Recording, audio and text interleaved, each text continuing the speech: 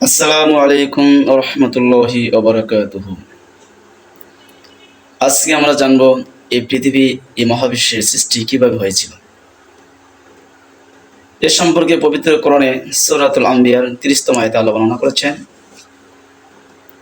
আওয়ালাম ইয়ারাল্লাযিনা কাফারু আন্নাস সামাওয়াতি ওয়াল আরদা কানাতা রাতকান ফাফাতাকনাহুমা ওয়া জাআলনা মিনাল মা'i কুল্লা শাইইন হাইয়্যিন আফালা ইউমিনুন। এর সঙ্গে পবিত্র কোরআনে আল্লাহ পাক বলেছেন, এক সময় আকাশ আর পৃথিবী মিলিত ছিল, সংযুক্ত ছিল। কানাতা রাতকম, অতঃপর আমি এই দুটাকে পৃথক করে দিলাম। আর পৃথিবীর সমস্ত সৃষ্টি প্রাণীর সঞ্চার হয়েছে পানি থেকে, সমস্ত প্রাণীর সৃষ্টি হয়েছে পানির থেকে আমি সৃষ্টি করেছি। এর সম্পর্কে পবিত্র কোরআনে আয়াতে যে আল্লাহ বর্ণনা করেছেন, বর্তমান আধুনিক বিজ্ঞান যে প্রমাণ করেছেন এই পৃথিবী একসময় সংযুক্ত ছিল, আকাশ আর জমিন একসাথে মিলিত ছিল। তারা বলেছেন বিগ ব্যাং মহা বিস্ফোরণের ফলে পৃথিবী আকাশ জমিন পৃথক হয়ে গেছে। চন্দ্র, সূর্য, গ্রহ, তারা, নীহারিকা, ধূমকেতু, ছায়াপথ, অসংখ্য উল্কাপিণ্ড এগুলো পৃথক স্থানে তারা পৃথক হয়ে গেছে। বিজ্ঞান আজকে প্রমাণ করেছেন আল্লাহ তাআলা তার 1400 বছর পূর্বে এটা পবিত্র কোরআনে তিনি ঘোষণা করে গেছেন। এখানে বিজ্ঞান আজকে স্বীকার করেছেন যে প্রত্যেকটি জীবের সঞ্চার পানি থেকে হয়েছে।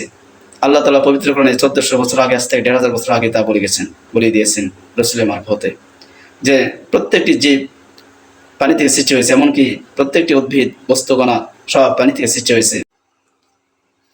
একসময় কিছুই ছিল না, অর্থাৎ আকাশ জমিন, আল্লাহ তাআলা আরশ পানির উপর ভাসমান ছিল। ওয়াল্লাযী খালাকাস সামাওয়াতি ওয়াল আরদা ফি সিত্তাতি আইয়ামিন ওয়া কানা আরশুহু আলাল মা। আকাশ আর জমিন আমি আল্লাহ 6 দিন সৃষ্টি করেছি। আর এই 6 দিন সৃষ্টি করার পূর্বে, আকাশ আর জমিন সৃষ্টি করার পূর্বে আমার আরশ পানির উপর ভাসমান ছিল। অর্থাৎ পৃথিবীর আদি প্রথমে পানি ছিল, শুধু পানি আর পানি।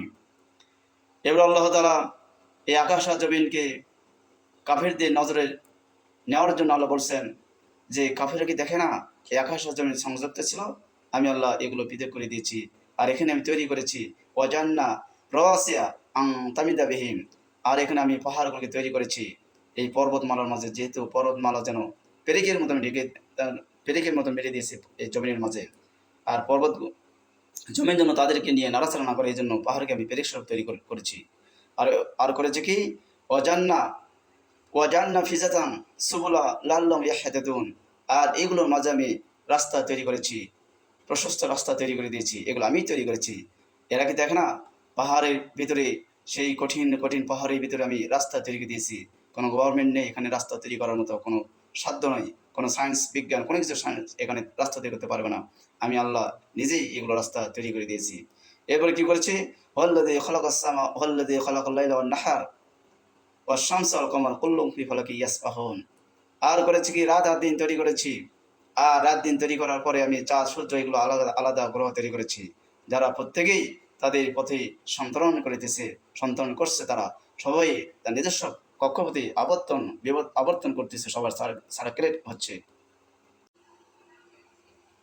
এভাবে আল্লাহ তাআলা আকাশ আর জমিনের সৃষ্টির মাঝে পরতে পরতে তার অস্তিত্বকে প্রমাণ পাওয়া যায়।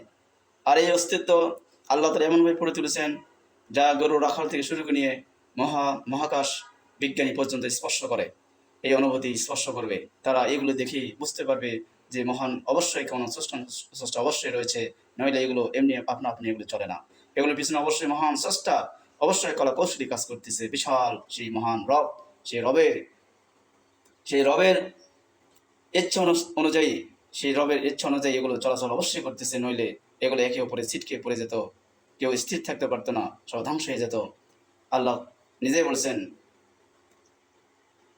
বলুন ইলাহুম বিমা খালাকা ওয়ালা আলা বাদুম আলা বাদ, যে আমি ছাড়া আর যদি কোনো মাত্তাখাযাল্লাহু মিন ওয়ালাদিন ওয়া মা কানা মাআহু মিন ইলাহিন ইযা লাযাহাবা কুল্লুন ইলাহুম বিমা খালাকা ওয়ালা আলা বাদুম আলা বাদ মাত্তাখাযাল্লাহু মিন ওয়ালাদিন ওয়া মা কানা মাআহু মিন ইলাহিন, যে আমি ছাড়া যদি আকাশ আর জমিনে কোনো উপাস্য থাকতো তাহলে অবশ্যই তারা তাদের সৃষ্ট বস্তু নিয়ে আলাদা হয়ে যেত এবং প্রত্যেকে চারা হয়ে যেত।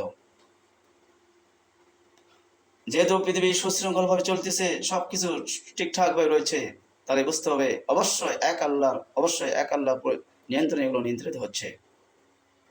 এই পবিত্র কোরআন শুধু এই পবিত্র কোরআন শুধু ধর্মীয় আমাদের একটা গ্রন্থ নয়, এটি সমস্ত কিছুর একমাত্র মূল উৎস। এই পবিত্র কোরআন সমস্ত জ্ঞানের মূল উৎস। বিজ্ঞান, সায়েন্স, মেডিকেল যত জ্ঞান পৃথিবীতে রয়েছে সমস্ত জ্ঞানের মূল স্মারক এই কোরআন। অর্থাৎ আল্লাহ তাআলা আমাদেরকে সবাইকে বোঝার তৌফিক দিক। আল্লাহ এই বলে আমি আমার সংক্ষিপ্ত বক্তব্য শেষ করছি। আসসালামু আলাইকুম।